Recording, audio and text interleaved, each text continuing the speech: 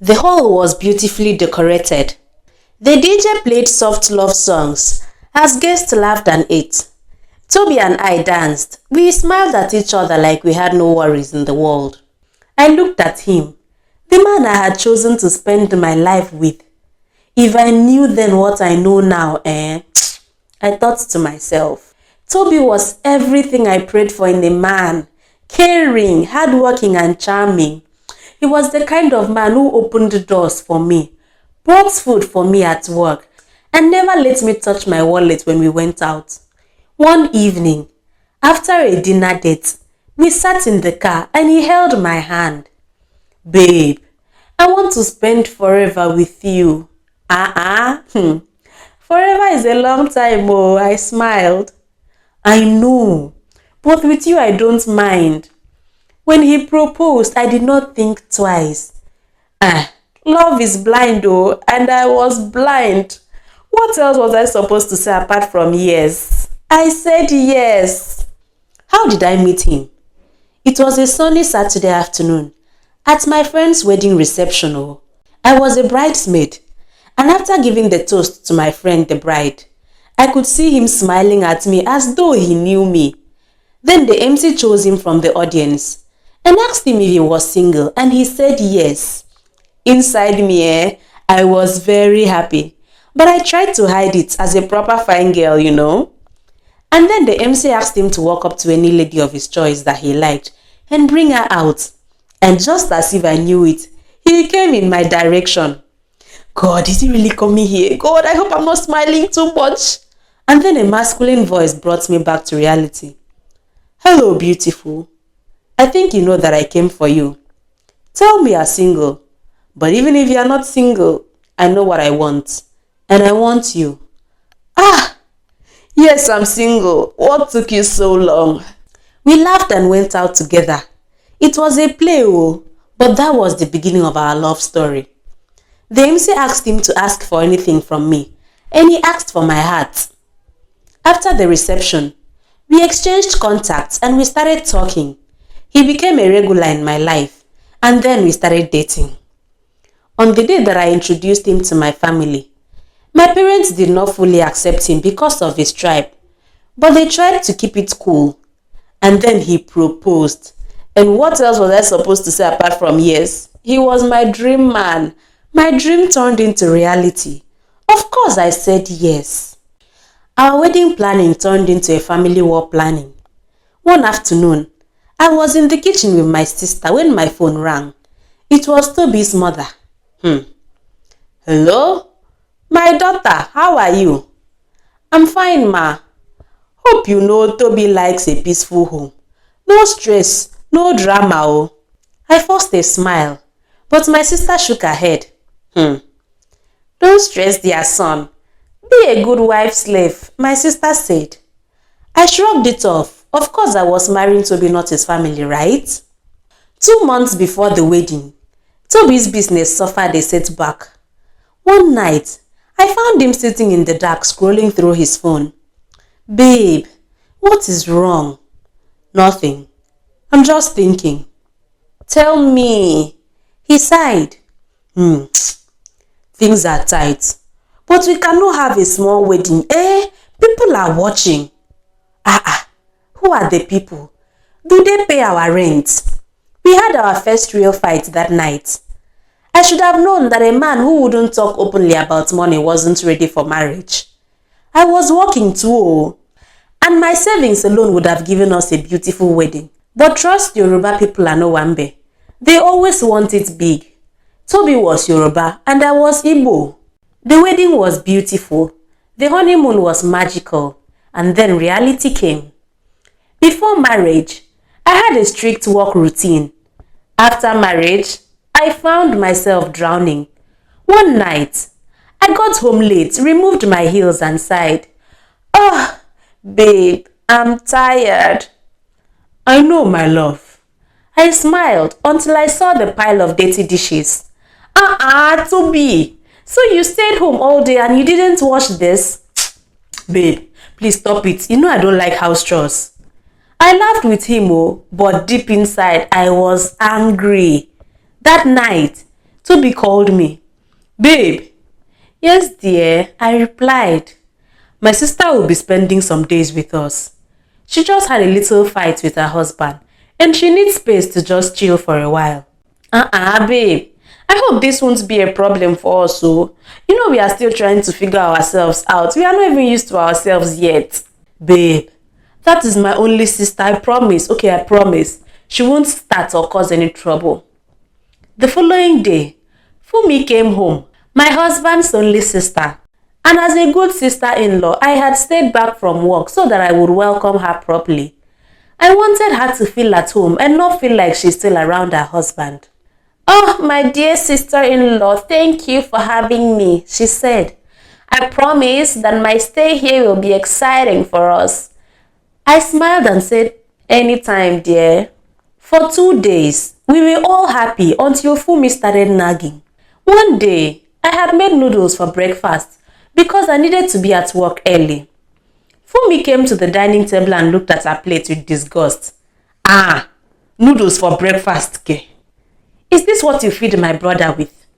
Toby, you never used to like eating noodles for breakfast when we were growing up. Or did you not tell her? Sis, just manage it, I need to be at my office in the next 10 minutes. Another meal will defeat that purpose. Okay, when I come back, I'll make something good for all of us to eat. Oh, please. That office is yours. You can walk in there anytime. I'm not trying to be nosy or difficult, I'm just looking out for the both of you. This food is not healthy at all. Sorry if I sound harsh. I was angry, but I had to act like all was okay. I kissed my husband and went off to work. After a long day of work, I met her alone at home. Toby was not back yet. She had rearranged my house and changed the position of almost everything in my house. What is happening here? I asked. Oh, sis, I just arranged the house. It was looking very tacky and unkempt. What do you mean by unkempt? I arranged this house on Saturday and today is Monday. The arrangement was bad. Who puts the laundry basket in the bedroom? Who uses black curtains? Are you among the people of the left hand? This house was too dark. I had to switch things. I could not take it. When Toby came back, I went to him and complained. Babe, just let her have her way, She will soon leave. Besides, she's going through a lot.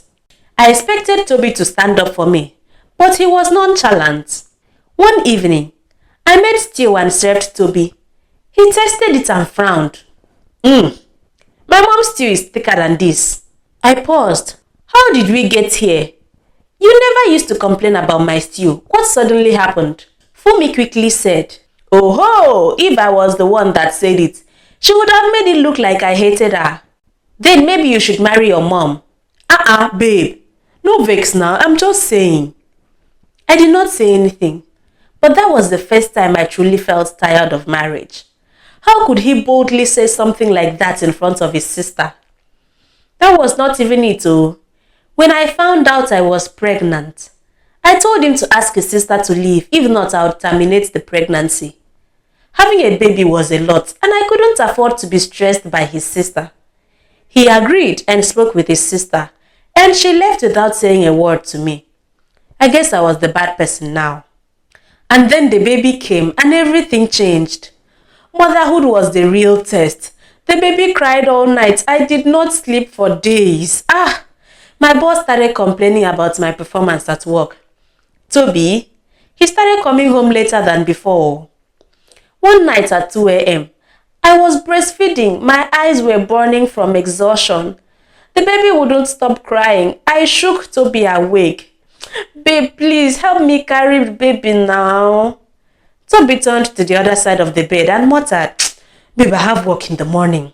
I stared at him in shock. That night, resentment fully entered my heart. The next day, his mother came for Omugo. But babe, you know my mom was supposed to be coming today. I reminded him. I know. She just called me and told me that she's outside the gate. There was nothing I could do now. You know that this might cause problems for us, right? I know, babe. I know. Take it easy, He replied. That same day, my mother also came. Eh, welcome, oh, mother of the bride. You too. Welcome, mother of the groom. The mothers exchanged pleasantries.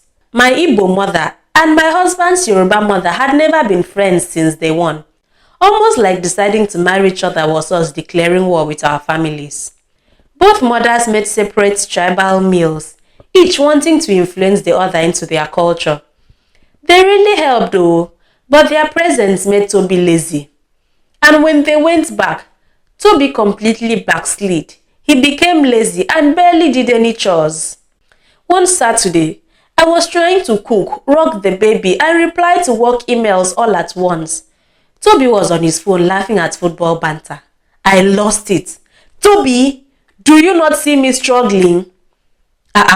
You act like you are the only one with stress. I provide for this family. You provide money, but you don't provide support. I work too. Maybe you should quit your job if you cannot handle it. That was the day our love officially died. I couldn't believe it. I started regretting why I married a Yoruba man against all warnings. I was sad. He was sad, but we didn't even know how to help it. That night, I sat on our bed staring at my wedding ring. Chai, marriage is not just about love, It's about compromise. Because two people can never agree on everything. It's about teamwork. Because a family cannot be carried by one person alone. It's about understanding. Because marriage isn't just about happiness, it's about effort. The next morning, I swallowed my pride and sent Toby a long message. We need help. We can't keep living like this. He read it and sighed. Babe, I don't want to lose you. We started talking. Real talk. Not shouting. Not ignoring. Talking. That was how we started mending our almost broken marriage. I took a step back from work to give my baby my attention. I took a leave. My husband returned earlier each day to help with the baby. And for the parts we couldn't handle, we got help from outsiders. And we both agreed that we will not welcome any family members to sleep over until after a full year, and we really understood each other. We were dancing, smiling, but now I knew better. If I knew then what I know now, I would still say yes, but not just for the wedding, for the marriage. When you marry not just the man but his family. But that should not stop you from knowing when to say no. The family that you start with your partner is your priority. Your parents groomed their own family. You should groom yours, not their own. Learn to put your spouse. Marriage is not for the weak. Love starts it. Understanding, patience and commitment sustains it.